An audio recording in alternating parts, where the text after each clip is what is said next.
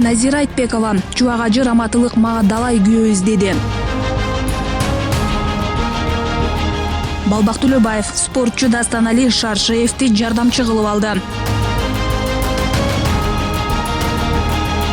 Коронавирус жуккан адамдардын саны боюнча алдыңкы 10 өлкө. Шайлоо 2020 Маевкада күндүзгү стационар шайлоо участогун айланды. Жапаров насыяларды төлөөнүн мөөнөтүн жылдыруу керек. Коронавирус жуккан адамдардын саны боюнча алдыңкы 10 өлкө. Джон Хопкинс университетинин маалыматы боюнча дүйнө жүзүндө жалпы 15.736.813 адам коронавируска чалдыккан. Алардын ичинен 639.653 адам каза болду. Коронавирус жуктурган бейтаптардын саны боюнча алдыңкы 10 өлкө.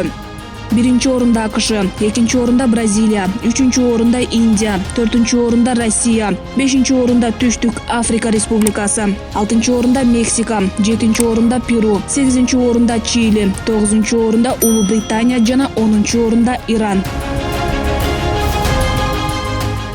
Сузакта башка бирөөнүн сөөгүн адашып жерге берген үй бүлө. Коронавирус илдетинен улам каза тапкан Сузак районуна караштуу Кызыл Туу айыл аймагынын Таштак айылынын 54 жаштагы тургунунун сөөгүн алып кетүү үчүн ооруканага барган маркумдун жакындары адашып, барпылык тургундун сөөгүнө жаназа окушуп жерге беришкен. Бул тууралуу аймактык кабарчы жергиликтүүлөргө таянуу менен билдирди. Маалым болгондой, өткөн аптада коронавирус илдетинен Таштак айылынын 54 жаштагы тургуну облустук ооруканада көз жумган. Суук кабарды уккан жакындары маркумдун сөөгүн алып кетүү үчүн оорукананын өлүкканасына барышкан. Дарыгерлер аларга өлүктүн бетин ачып 1,5 метр аралыкта көрсөтүшкөн. Маркум аялдын уулу, бир тууган иниси жана айылдашы көрүп сөөгү биздики дешкен. Өлканада эркек киши сөөгү жуугандыктан маркумдун жакындары дарыгерлерден өтүнүп, аялдын кызын, жакынын атайын коргоочу форма менен киргизип, өлүктү жууп чыгышкан. Андан соң Таштак айылындагы музейгө түз алып барып жерге берилген. Эртеси жаназа окулуп, жерге көмүлүп калган. Аялдын чыныгы жакындары өлүкканадан анын сөөгүн таппай калышкан. Айылда орун алган окуя боюнча түрдүү маалыматтар да тараган. Сөөктү алып кетүүгө кошо аралашкан айыл имамы Шабдан Токоев дарыгерлердин эч кандай күнөөсү жок экенин, адашуу болгонун айтып, буларга токтолду. Биздин эжебиз шаарда турчу, ошол жакта иштечү. Өлүкканадагы кызматкер өлүктүн бетин ачып 1,5 метрдей аралыкты сактоо менен көрүү керектигин айтышты. Улуу, бир тууган иниси анан мен болдум, мен деле тааныдым деген. Атайын кийимдерди кийип алып кепинге ороп ооруканадан түз эле жайына алып барганбыз. Азыркы шарт ушундай болуп жатпайбы? Жума күнү жерге бердик, ишемби күнү өлүк алмашып калыптыр дешти. Ырасында баарыбыз таң калдык. Ападан, бир боордон айрылуу өтө оор. Шок абалда болгондуктан алар адашып калышты. Адам ушунчалык бири-бирине окшош болгону таңдантып жатат. Жашташ экен, анан сырткы келбети, бет түзүлүштөрүнө чейин окшош. Бул жерде дарыгерлердин эч кандай күнөөсү жок. Пенделик, адашуу болду. Адам болгондон кийин жаңылышат экенбиз. Ансыз да оор жоготууга учураган балдар үчүн сөөктүн адашканы кошумча кайгы болду, деди ал. Талас облусундагы Гөгөй айылында 320 орундуу жаңы оорукана курулат. Бул тууралуу өкмөттүн Талас облусундагы ыйгарым укуктуу өкүлү Марат Мураталиев брифингде билдирди. Анын айтымында президент Сооронбай Жээнбеков Талас облусуна болгон иш сапарында Гөгөй айылындагы кароосуз калган үй бүлөлүк медицина борборунун имаратын курууга каражат бөлүп берген. 160 орундуу борбор Советтер Союзу тарагандан бери кароосуз калган. Өлкө башчы аталган үй бүлөлүк медицина борбору менен таанышып, акча каражатын бөлүп берди. Ишемби күндөн баштап ал жерде иш башталды. Аны 25 августка чейин 320 орундуу борбор кылып бүтүрүү пландалууда, деди облус жетекчиси. Эскерте кетсек, президент Сооронбай Жээнбеков 23 июлда Талас облусуна иш сапары менен барган.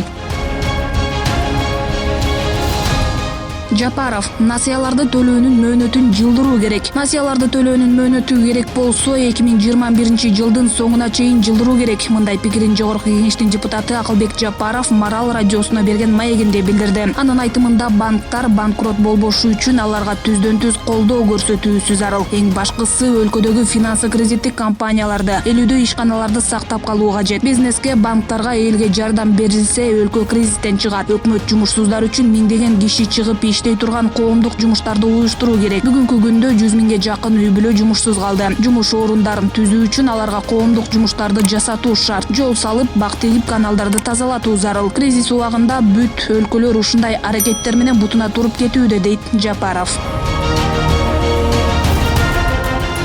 Балбак Төлөбаев спортчу Дастанали Шаршеевди жардамчы кылып алды. Спортчу Дастанали Шаршеев өкмөттүн Ысык Көл облусундагы ыйгарым укуктуу өкүлүнүн жардамчысы болуп дайындалды. Бул тууралуу Балбак Төлөбаев өзү Фейсбуктагы баракчасына жазды. Дастанали Шаршеев деген жигитти жардамчы кылып алдым. Эми элине кызмат кылсын деп жазган Төлөбаев. Балбак Төлөбаев кече 27-июлда өкмөттүн Ысык Көл облусундагы ыйгарым укуктуу өкүлү болуп дайындалган.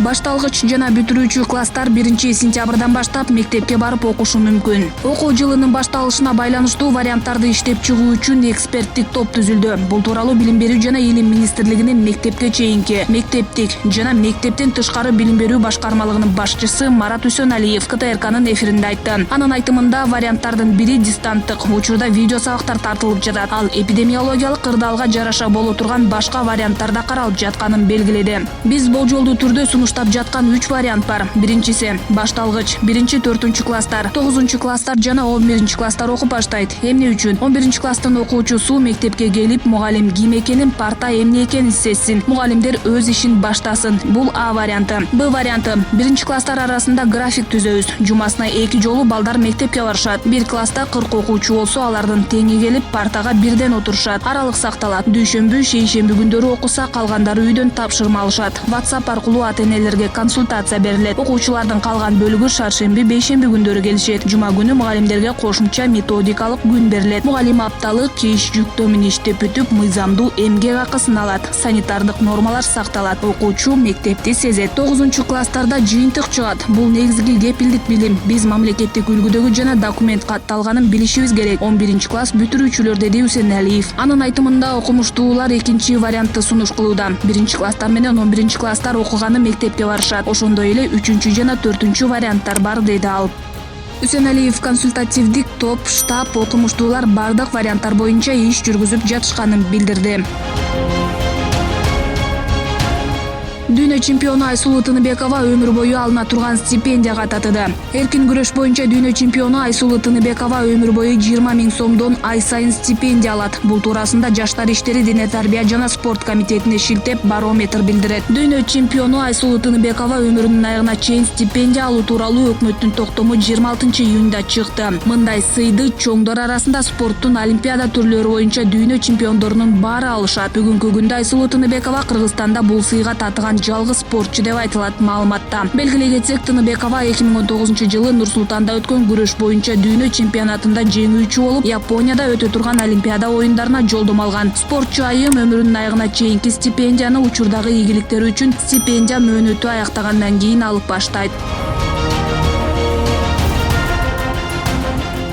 БШК үгүт учурунда массалык иш-чараларга тыюу салды. Быйылкы парламенттик шайлоо өнөктүгүнүн үгүт иштеринин өзгөчөлүгү шайлоо кампаниясы учурунда массалык иш-чараларды өткөрүүгө тыюу салуу. Бул тууралуу 1-радионун эфиринде шайлоо жана референдум өткөрүү боюнча борбордук комиссиянын төрайымы Нуржан Шайлдабекова билдирди. Анын айтымында буга чейин ар кандай массалык концерттер жана спорттук иш-чаралар өткөрүлүп келген. Тыюу салуу бир катар депутаттардын демилгеси менен жарандардын эркине финансылык фактордун таасирин азайтуу максатын көздөйт. Массалык иш-чаралар үгүт кампаниянын бир бөлүгү болуп калды. Бирок жарандардын партиялар жөнүндө маалымдуулугун жогорулатууга жардам берген жок. Бирок каржылык мүмкүнчүлүктөрүн көрсөттү. Бул жарандардын эркине терс таасирин тийгизди деп кошумчалады ал.